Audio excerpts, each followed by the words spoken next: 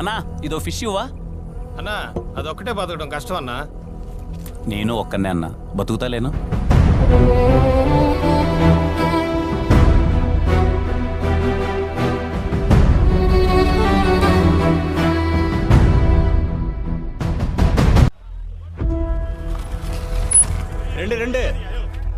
ரெண்டு கோட்ரு அண்ணா ஒரு ஃபுல் பாட்டில் விஸ்கி கொடுங்க.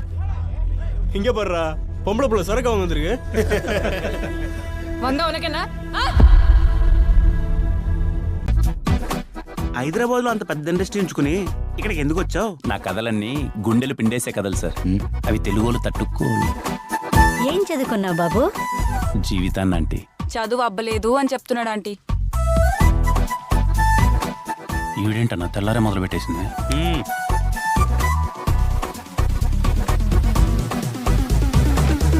ఇది ఇప్పుడు ఖాళీగానే ఉంది, ఈజీగా వర్కౌట్ అవుతుందనే కదా.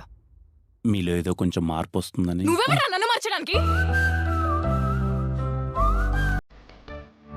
అసలు నా గురించి నీ ఒపీనియన్ ఏంటి? స్టీవెన్ గారి దృష్టిలో మీరు ఎప్పుడు ఇది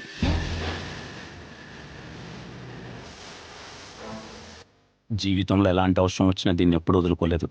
ఇది మీకు ఇస్తున్నానంటే ఆలోచించండి, మీరు నాకు ఎంత ఇంపార్టెంట్. ఆ క్షణం అనిపించిందండి, మనమే చిరంజీవి కదా అని.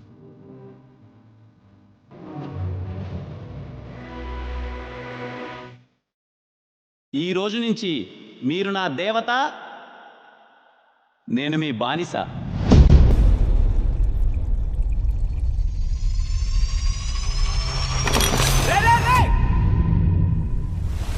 నా మనసులో స్టీవెన్ తప్ప ఇంకెవ్వరూ లేరు.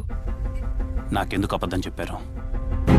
మీ బ్రాడ్ మైండ్ సెట్ ముద్దు దగ్గర ఆగిందా, లేక ఇంకేమైనా చేశారా? నా కళ్ళలోకి చూసి చెప్పండి. నేను వాడితో పెళ్లి మాత్రమే కాదు, నా లైఫ్ మొత్తాన్ని ఊహించేసుకున్నాను.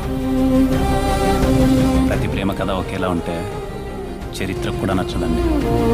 నమ్మని వాడికి ఈ కథ ఒక అబద్ధం, నమ్మగలిగితే అదే అద్భుతం.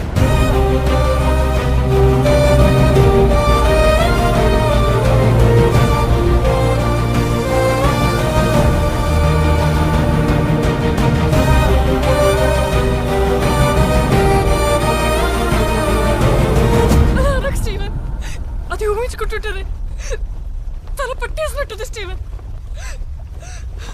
కనపడకుండా నా గొంతునెవరో బలంగా నొక్కుతున్నట్టుంది. అదెవరో కాదండి, నేనే.